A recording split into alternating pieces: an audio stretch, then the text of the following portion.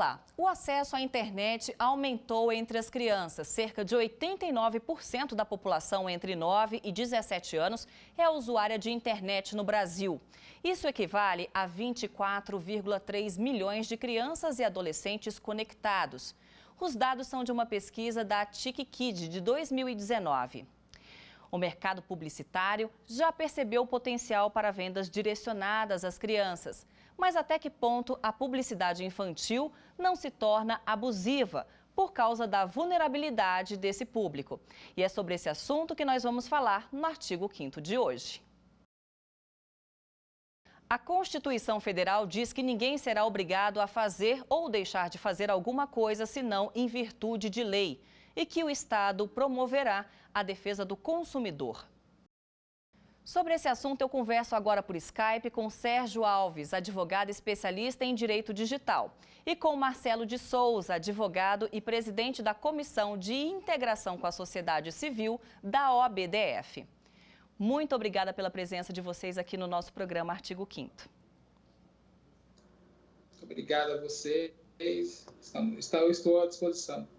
Doutor Marcelo, cada vez as crianças e adolescentes estão tendo acesso a essas tecnologias de tablets, celulares, computadores com acesso à internet. O quanto isso pode ser perigoso? Bom, realmente é uma realidade que não tem mais como voltar atrás. Hoje, inclusive em tempos de pandemia, isso se fortaleceu.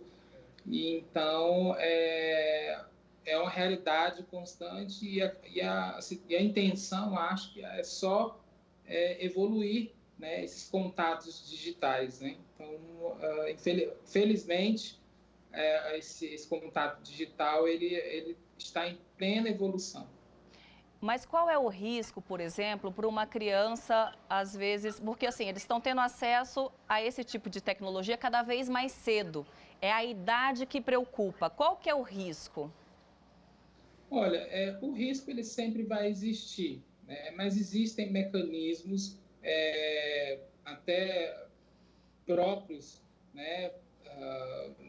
Porque existe uma lei, né, que foi criada, né, e já sancionada pela Presidência da República, né, que é a Lei Geral de Proteção de Dados, que, inclusive, ela direciona também, ajuda a esse tipo de cuidado, além de termos uma cartilha no Ministério da Justiça que sobre a classificação de tipos de acessos, enfim, audiovisuais, enfim, que possa ajudar nesse sentido aí desses acessos, vamos dizer assim, né, de conteúdo. Doutor Sérgio, o que diz a Lei de Proteção de Dados?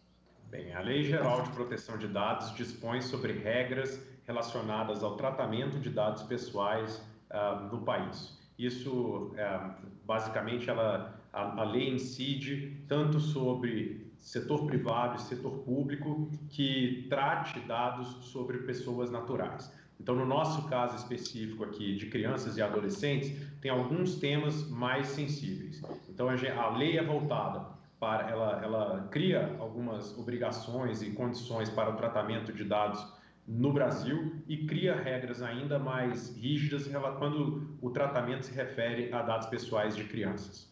Bem, existe uma forma de fiscalizar isso? Existem mecanismos que são colocados não apenas pela Lei Geral de Proteção de Dados, nós já tínhamos um ordenamento jurídico bastante consolidado sobre a matéria de publicidade e a Lei Geral é mais um instrumento que coloca na mão dos cidadãos a potencialidade de controlar os seus dados. Então, um grande pilar da Lei Geral de Proteção de Dados é identificar o titular desses dados. Então, no caso específico de crianças, nós temos agora a exigência de consentimento, é um dos grandes instrumentos da lei, que os pais respondam e que assintam pelo tratamento de dados de crianças. Esse é um desafio também, como que a gente colhe esse consentimento, mas isso tudo hoje as empresas estão obrigadas a guardar informações sobre os seus processos, sobre os seus procedimentos e, inclusive, colocar à disposição dos titulares canais de comunicação. Isso se dá por meio do encarregado, principalmente. É claro que tem um lado positivo do uso de tecnologia, por exemplo, nas aulas, nas escolas, e acaba sendo quase obrigatório os pais permitirem esse acesso. Mas qual o impacto no desenvolvimento da criança quando há um acesso muito grande a conteúdos inadequados?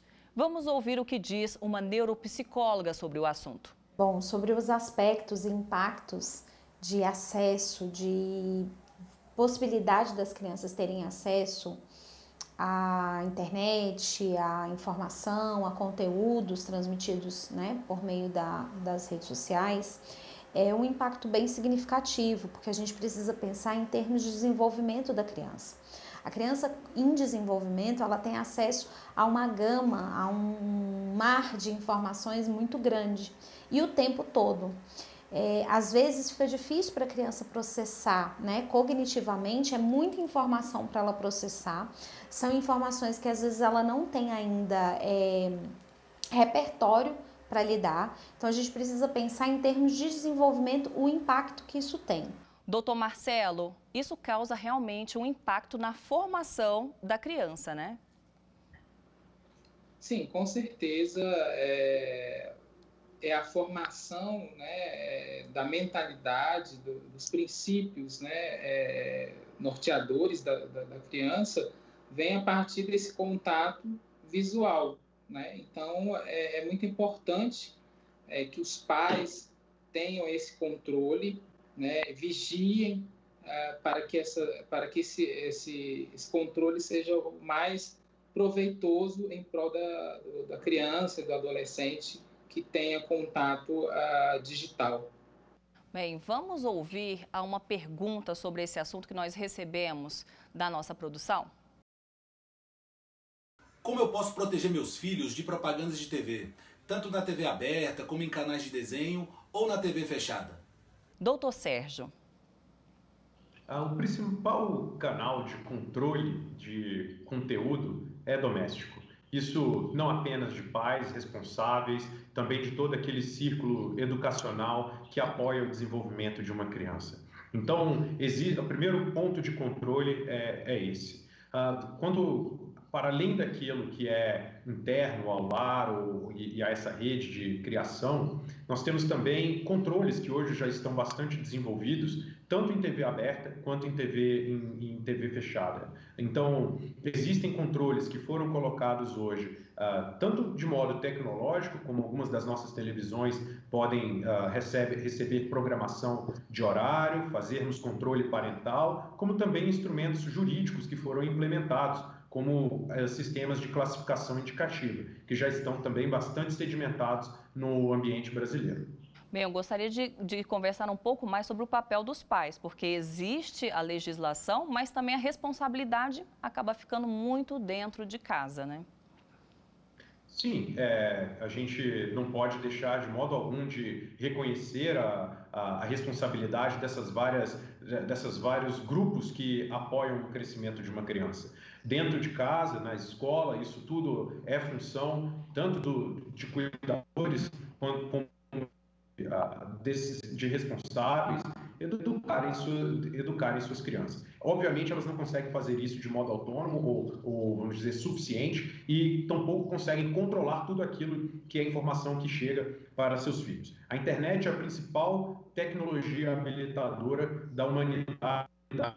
50 anos. Nós temos hoje colocados alguns desafios em relação a como não só a criança, mas como a nossa própria sociedade tem evoluído e temos visto também várias iniciativas de setor privado, setor público, sociedade civil que contribuem para o desenvolvimento de soluções de controle. Isso são soluções tanto reguladas quanto autorregulação. Nós temos visto isso também no setor de publicidade e na área de tecnologia como um todo.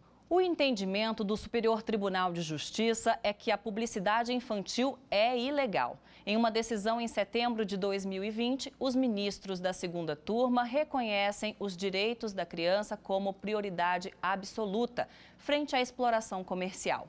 Vamos assistir a uma reportagem sobre esse assunto. Miguel e Luísa nunca assistem à TV aberta, só programas do YouTube e de plataformas semelhantes.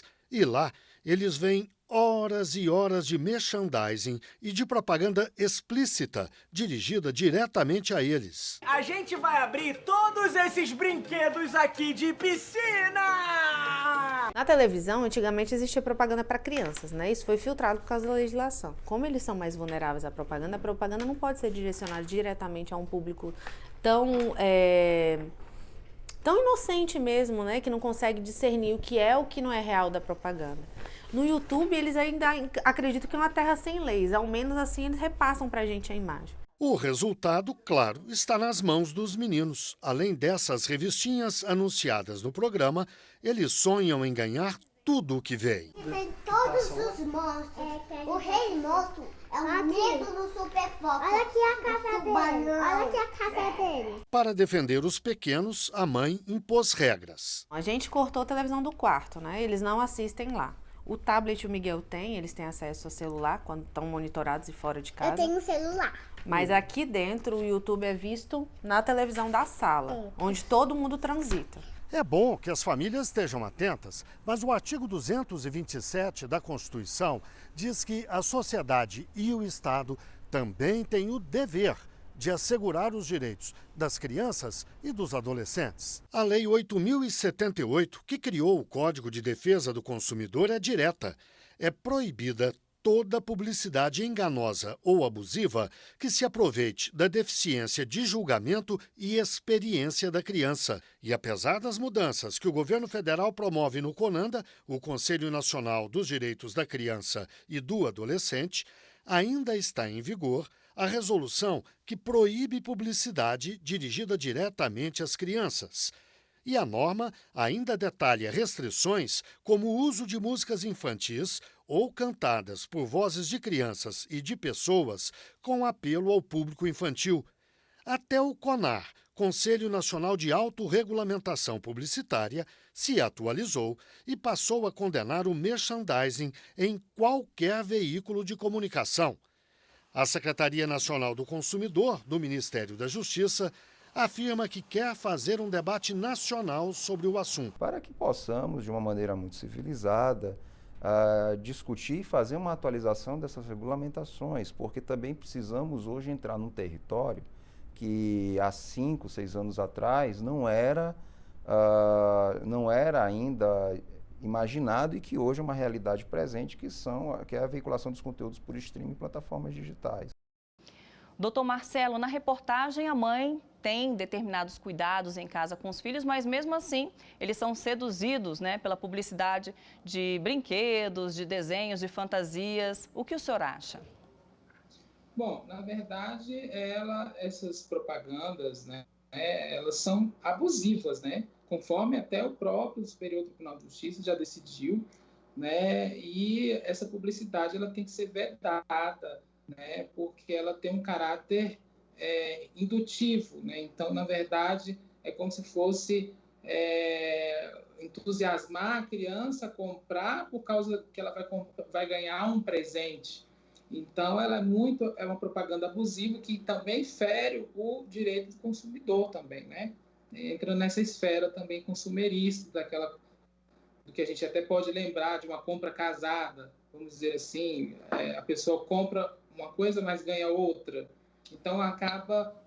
E a criança, ela não tem, o adolescente, ela não tem esse poder de discernimento, né? Até o próprio Código Civil, por ser incapaz.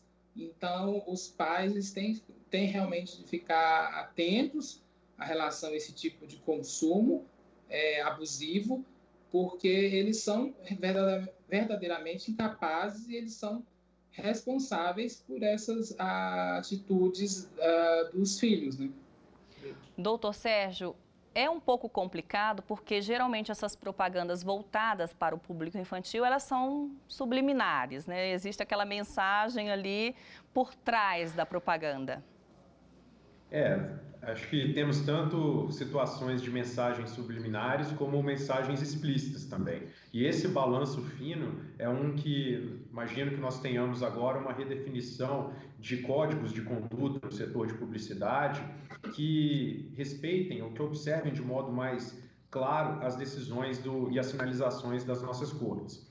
Porque já é antigo e já é bastante consolidada a ideia de que a publicidade infantil tem um condão de dano, dependendo da forma como ela é construída. E uma das soluções que foi colocada já historicamente é que a publicidade deve educar sobre qualidades de produto e ser principalmente endereçada a seus pais. Agora é um desafio muito interessante como que a gente vende produtos que são destinados àquelas crianças por meio de uma comunicação voltada a pais. Então a gente ainda está buscando esse meio de caminho e acredito que caminharemos para uma situação mais estável. Nós vamos fazer um breve intervalo. No próximo bloco, a gente vai falar sobre publicidade para o público infantil. Como proteger as crianças de anúncios abusivos. Até já!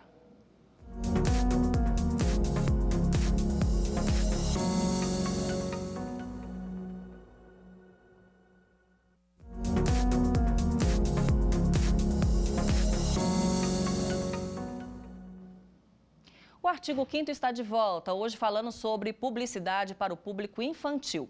Sobre esse assunto, eu converso por Skype com Sérgio Alves, advogado especialista em direito digital, e com Marcelo de Souza, advogado e presidente da Comissão de Integração com a Sociedade Civil da OBDF. Vamos ouvir a pergunta de um telespectador? Uma grande rede de lanchonetes incentiva o consumo de refrigerantes e sanduíches em trocas de brindes. Isso pode ser considerado abusivo? Doutor Marcelo, é abusivo? Olha, é abusivo, sim. Fere, inclusive, o Código de Defesa do Consumidor, tá? E também já temos decisões do Superior Tribunal de Justiça, já considerando irrefutável a abusividade de você condicionar a compra de um lanche e a criança ganhar um brinde, um presente ou alguma dádiva em relação a essa compra, né? Então, você está induzindo o pai, né? Na verdade, você induz a criança e o pai é direcionado a comprar aquele lanche e ganhar um presente, né? Então, isso já está, os tribunais de justiça e o Superior Tribunal de Justiça já tem decidido nesse sentido, nessa ordem, que trata-se de abusividade. Doutor Sérgio, a partir do momento que um pai verifica uma propaganda abusiva, onde denunciar? Como é que funciona? Bem, existem alguns canais para isso. Existem tanto canais públicos como canais de sociedade civil. Então, toda essa discussão que nós temos hoje, ela não é nova e ela é fruto de um amadurecimento de debate público. Então, nós temos várias organizações não governamentais que acompanham essa matéria e têm seus canais de denúncia. Nós temos canais de denúncia públicos, que, por exemplo, o Ministério Público também é um destinatário dessas reclamações. Os próprios, no caso específico de canais e plataformas digitais, muitos deles também disponibilizam suas portas de comunicação, seus canais para atendimento ao consumidor e que também recebem esse tipo de denúncia. Então, nota-se que há um esforço amplo de vários lados, de vários setores, tanto público quanto privado, para controlar ou melhor educar sobre essa matéria. Doutor Sérgio, às vezes acontece de se tornar natural, aquela propaganda incentivando a compra de um brinquedo ou até mesmo o consumo de um lanche. Por que é importante formalizar uma denúncia?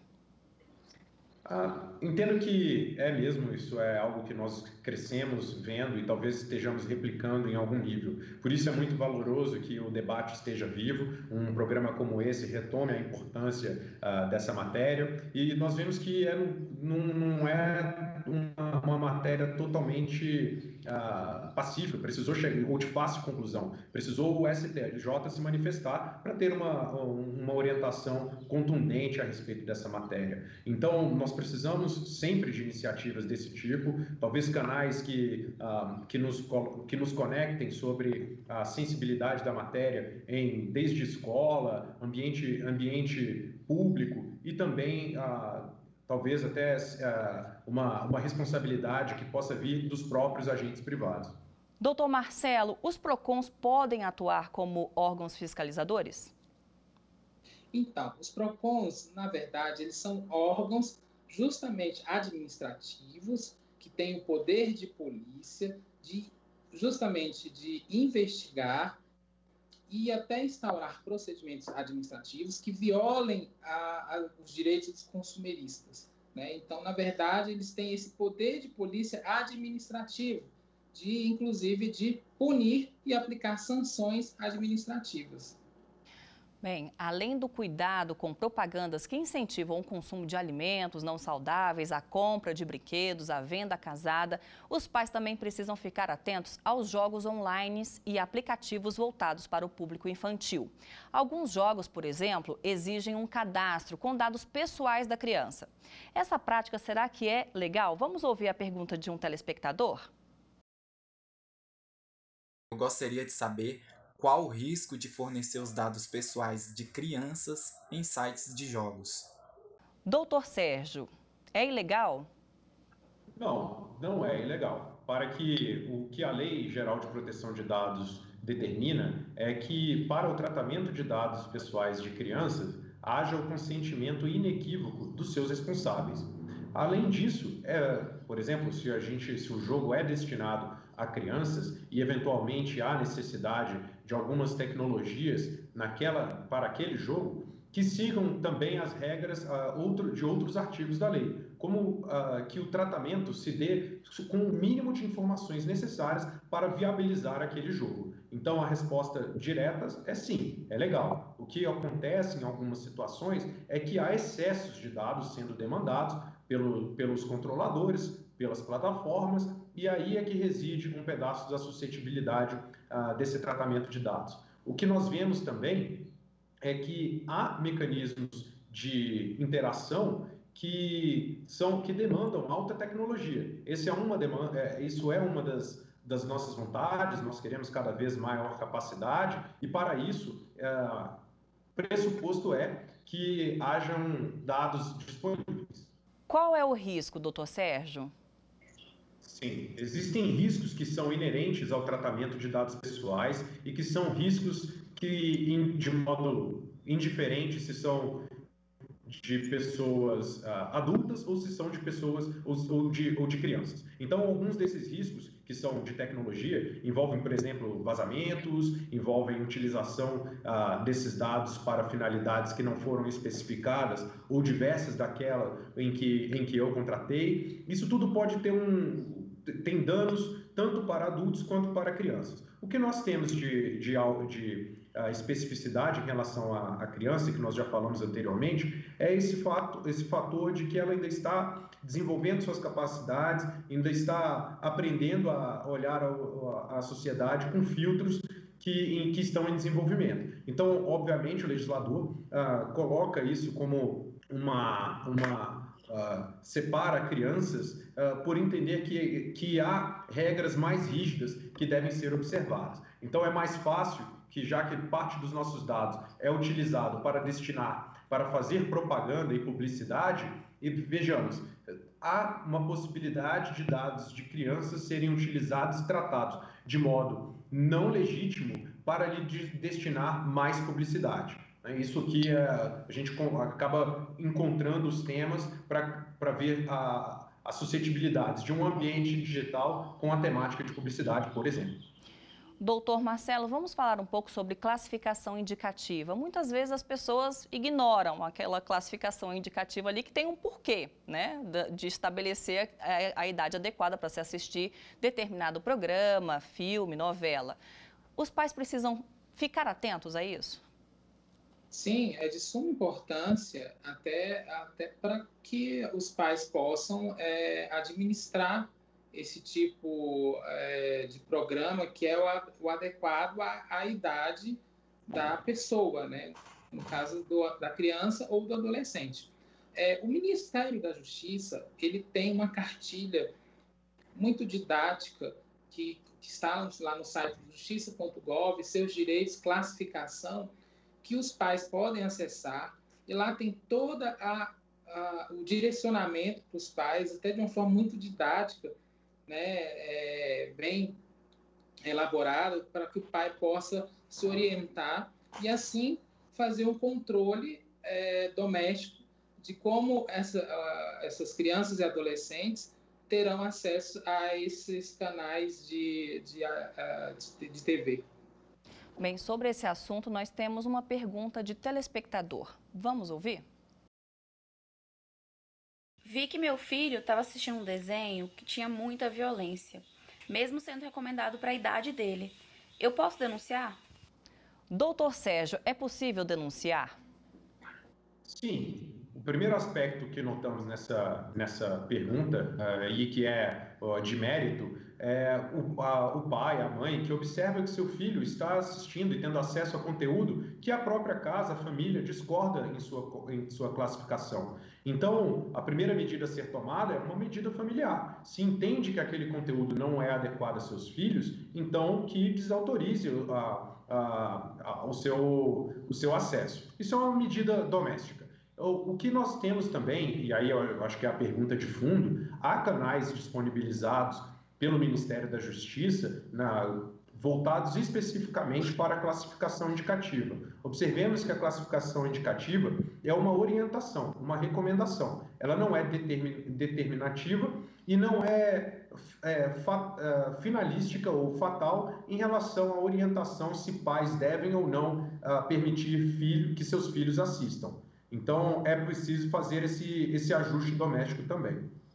Doutor Marcelo, uma outra preocupação é a questão ao acesso a conteúdos, por exemplo, relacionados à sexualidade, a conteúdos eróticos. O que a lei diz em relação a isso? Então, o artigo 227 da Constituição Republicana Federativa do Brasil, ele traduz o que justamente é o que você comentou, que é dever da família, da sociedade e do Estado assegurar a criança e adolescente com prioridade absoluta essa segurança para que não haja essa exploração televisiva, né, em relação à erotização dos programas exibidos. Bem, e nós chegamos ao final do programa de hoje. Muito obrigada pela participação de vocês, doutor Sérgio, doutor Marcelo. Obrigado pelo convite. Muito obrigado pelo convite, estou sempre à disposição. E eu agradeço também a sua companhia. Se você quiser sugerir um tema, é só enviar para o e-mail que aparece na tela. E você também pode rever nossos programas no site da TV Justiça ou acompanhar no nosso canal no YouTube. Até o próximo Artigo 5º. Tchau.